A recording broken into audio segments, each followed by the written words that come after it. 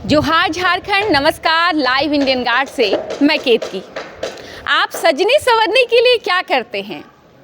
आप में से कुछ लड़कियां लिख सकती हैं मेकअप करते हैं, कुछ लड़के भी बोल सकते हैं कि मैं सजने के लिए ये करता हूँ। और सुंदरता के मायने जो हैं, सजने संवरने का तरीका जो है वो इंसान से इंसान में बदलता रहता है। जब बात करूँ एजुकेशनल इंस्टीट्यूशन की तो उनकी सुंदरता होती है कॉन्फ्रेंसेस, सेमिनार्स। और ऐसा ही एक मामला जो है, ऐसी ही एक सुंदर सी तस्वीर बनती हुई नज़र आ रही है आरएसपी कॉलेज बेलगड़िया में। तो हमारे साथ रितेश सर हैं, आइए उनसे जानते हैं प्रोफेसर से कि कल को लेकर क्या तैयारियां हैं और एक्साइटमेंट क्या है। क्योंकि मैंने बोला ये एक तरीका है सजने संवरने का जिससे संस्थान की सुंदरता निखरती है, तो इस पर बात करना लाजमी है। नमस्कार सर। नमस्कार। झरिया की धूल भरी सड़कों के किनारे हमारा आरएसपी कॉलेज झरिया दशकों तक शिक्षा की रोशनी की मीनार बनकर खड़ा रहा। ये जो कुलबड़ी में भूख है, गरीबी है, शोषण है, विषमता है, अज्ञानता है, उसके खिलाफ निरंतर संघर्ष करता रहा और शिक्षा की अलग शिक्षा की रोशनी को जलाए रखा। सेमिनार, विचार गोष्ठी, विभिन्न शैक्षिक कार्यक्रम ये हमारे महाविद्यालय की पहचान रही और एक निश्चित समयावधि में हम लोग इस कार्यक्रम को निरंतर करते रहे। कल का जो कार्यक्रम है वह बड़ा ही प्रासंगिक है। अबुआ दिसोम, अबुआ राज के संकल्प के साथ जिस झारखंड की स्थापना 15 नवंबर 2000 को हुई, रजत जयंती वर्ष में प्रवेश करने जा रहा है। और इन 25 वर्षों में जिन स्वप्नों को लेकर के इस प्रदेश की स्थापना हुई, वे स्वप्न कहाँ तक साकार हुए, किन उपलब्धियों को हासिल कर पाया, उसका मूल्यांकन आवश्यक हो जाता है। और इसी प्रसंग में NHRC के द्वारा, रांची के द्वारा प्रायोजित हमारा यह सेमिनार है, जिसमें झारखंड में का समावेश, आर्थिक एवं समावेशी विकास मुद्दा है, जिस पर कि विभिन्न विश्वविद्यालयों के विद्वान आकर के अपना व्याख्यान प्रस्तुत करेंगे और जो शोधार्थी हैं उस पर अपना पेपर प्रेजेंटेशन करेंगे। सर, जो सेमिनार की बात हो रही है कल को लेकर, झारखंड को जाना जाता है कि झारखंड ने दिया बहुत कुछ है, पूरे देश को दिया है, वर्ल्ड को दिया है, लेकिन झारखंड को मिली कम चीज़ें हैं या शायद कुछ नहीं मिला है, हाथ अभी भी खाली हैं।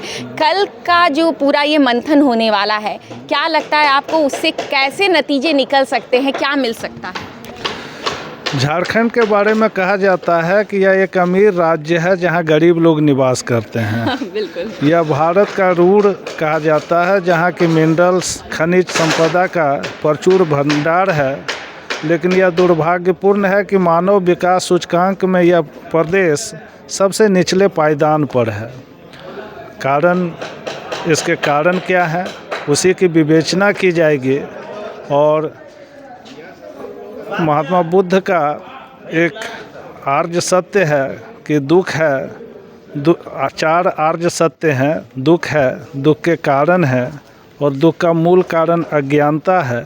और यदि अज्ञानता को दूर कर दिया जाए तो दुख निरोध होता है।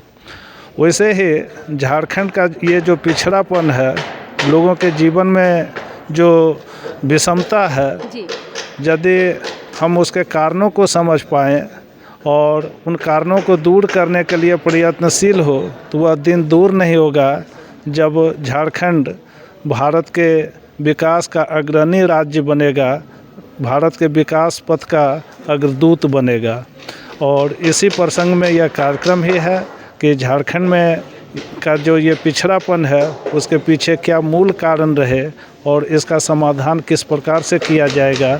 और इस तरह के कार्यक्रम से लोग जागृत होते हैं, चेतनशील होते हैं। स्वाभाविक बात है कि जो भी ज्ञान वो प्राप्त करेंगे उसके अनुकूल व्यवहार करने का प्रयास करेंगे और झारखंड के विकास का सारथी बनने का कार्य करेंगे। सर एक सवाल होगा, जो रिसर्चर्स होते हैं पर्टिकुलरली भारत में शोध तो हो रहे हैं, लेकिन क्वालिटी रिसर्च जो है उस हिसाब का रिसर्च जो वर्ल्ड को कुछ एकदम नया दे पाए, उसमें अभी भी स्कोप नज़र आता है। कोयलांचल के बच्चे या झारखंड के जो लोग हमें सुन रहे हैं, जो शोध की तरफ बढ़ रहे हैं, उन्हें किन चीज़ों पर फोकस करना चाहिए, कैसे अपने रिसर्च का टॉपिक मतलब सेलेक्ट करना चाहिए ताकि वो भी समाज को कुछ दे पाए? देखिए, फिराक गोरखपुरी का मशहूर शेर है कि डिग्रियां तो तालीम के खर्चे की रसीदें हैं, मगर इल्म तो वो है जो किरदार में झलकता है। वाह। भारतीय शिक्षा प्रणाली की यह विडंबना है कि हमारी जो शिक्षा प्रणाली है वह शाब्दिक ज़्यादा है, प्रायोगिक कम है, व्यवहारिक कम है। और रिसर्च, शोध, इसके माध्यम से व्यक्ति कुछ नया खोज कर पाता है। यदि भारत की बात कीजिएगा तो भा का अर्थ ही होता है सत्य, और रत का अर्थ होता है सत्य के तलाश में संलग्न रहना।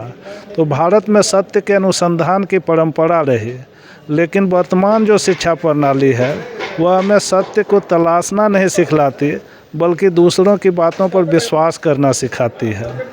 और इसलिए भारतीय शिक्षा प्रणाली में आमूलचूल परिवर्तन की आवश्यकता है, और ख़ास करके न्यू एजुकेशन पॉलिसी जो आ रहा है उस पर इसी पहलू की ओर काफ़ी ध्यान दिया गया है।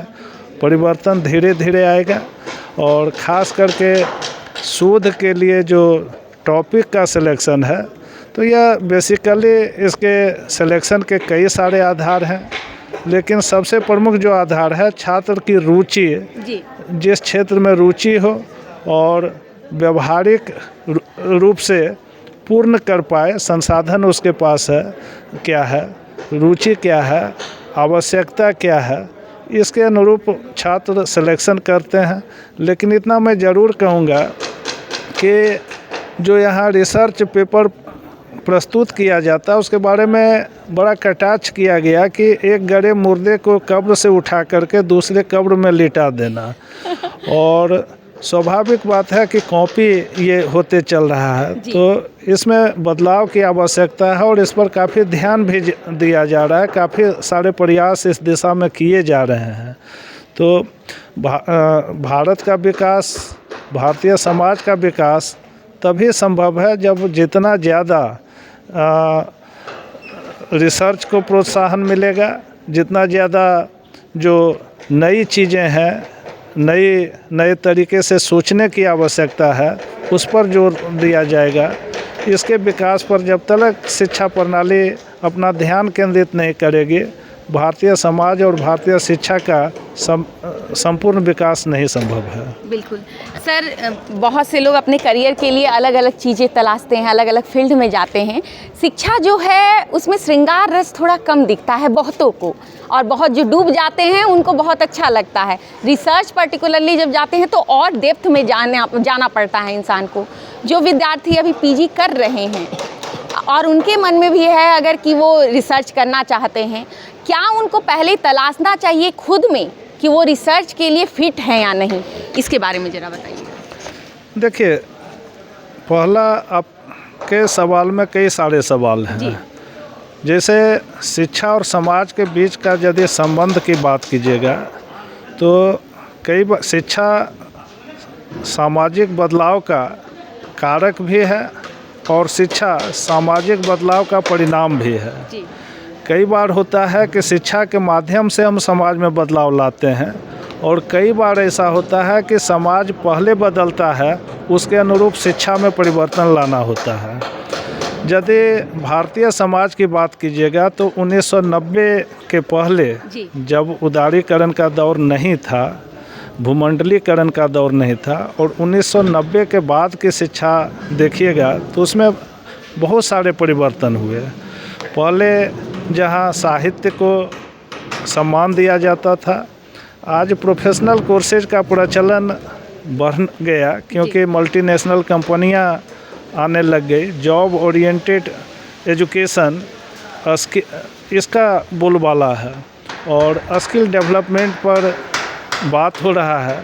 तो ये जो 21वीं सदी की दुनिया है, कंक्रीट के जंगल में जहाँ लोग निवास कर रहे हैं, और अस्तित्ववाद जहाँ एक सबल दर्शन बन कर के आ रहा है कि मानव क्या है, उससे पहले हमें सोचना है कि हम मानव हैं, हमारे अंदर क्या जो मानवीय भाव हैं, प्रेम, गुस्सा, श्रृंगार, जो भी मानवीय भाव हैं, क्या हम उसकी अनुभूति कर पाते हैं? क्या हम एक मशीन की भांति बस चलते तो नहीं चले जा रहे हैं?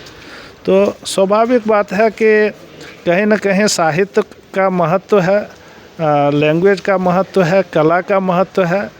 ज़रूरत से ज़्यादा प्रोफेशनल कोर्सेज पर जोर चला गया। इसमें समन्वय स्थापित करने की आवश्यकता है कि जिसकी रुचि कला के क्षेत्र में हो, जिसकी रुचि साहित्य के क्षेत्र में हो, हर की जो अपनी विशिष्टता है उस क्षेत्र में बढ़ने का सबको समान अवसर मिल सके, इस तरह का प्रयास करना होगा। सर, कल के कार्यक्रम को लेकर एक्साइटमेंट का लेवल क्या है? बच्चे उत्साहित हैं जी। और हर कोई शिक्षक उत्साहित हैं। जो महाविद्यालय परिवार है, हर कोई कार्यक्रम को सफल बनाने के लिए पूरी तरह से प्रयत्नशील है। सब लोग इसमें पार्टिसिपेट कर रहे हैं और जिनको जो भूमिका दी गई है उसके अनुरूप अपने कर्तव्य का निर्वहन करने की कोशिश कर रहे हैं। धन्यवाद सर। Thank you. तो आपने सुना, सर जो हैं, हमको लगता है इसके बाद कभी वक्त अगर मिलेगा तो ज़रूर फिर से बातें होंगी, क्योंकि सर जो हैं वो हिंदी के बहुत ही ज़्यादा जानकार हैं। इनकी शब्दों की शैली, भाषा शैली जो है उससे आपको पता चल गया होगा। और फिलहाल कल के सेमिनार को लेकर भी एक्साइटमेंट हाई है। सस्टेनेबल डेवलपमेंट, वो भी झारखंड के संदर्भ में कल मंथन होने वाला है इस सब्जेक्ट पर।